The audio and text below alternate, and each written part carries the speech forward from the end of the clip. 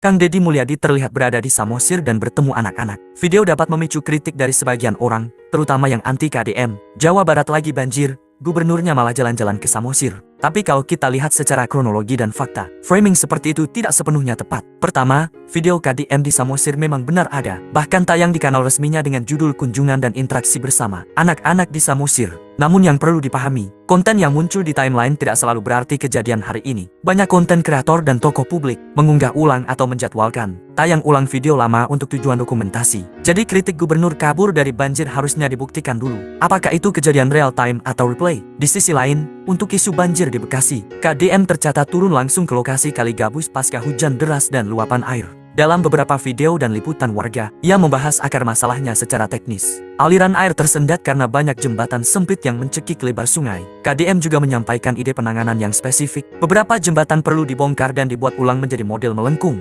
Bahkan disederhanakan menjadi satu jembatan agar bukaan aliran lebih lega. Ini penting, karena banjir bukan cuma soal hujan deras, tapi soal bottleneck yang bikin debit air naik dan meluap ke jalan. Tapi jujur saja, membenahi jembatan dan sungai itu baru satu bagian dari masalah. KDM juga perlu didorong dan ini bagian kritik yang wajar untuk ikut memperkuat langkah yang lebih besar, yaitu penataan ruang dan pengendalian izin bangunan. Kenapa? Karena di Bekasi, banyak kawasan yang dulunya sawah, rawa, situ, dan lahan resapan berubah menjadi perumahan dan kawasan terbangun. Akibatnya air kehilangan tempat pulang, air tidak punya ruang meresap, akhirnya mencari tempat rendah, permukiman warga. Ini bukan asumsi, bahkan pemerintah Kabupaten Bekasi sendiri menyoroti alih fungsi lahan sebagai salah satu penyebab utama banjir. Karena area resapan dan ruang aliran berubah jadi permukiman dan bangunan. Pengamat tata kota juga menyebut, alih fungsi lahan menjadi permukiman memperbesar risiko banjir karena daerah resapan hilang. Kritik boleh, tapi harus tepat sasaran. Jadi kalau ada yang bilang, Jabar banjir, gubernurnya malah ke Samosir, kita harus bedakan mana kritik valid dan mana framing yang menyesatkan.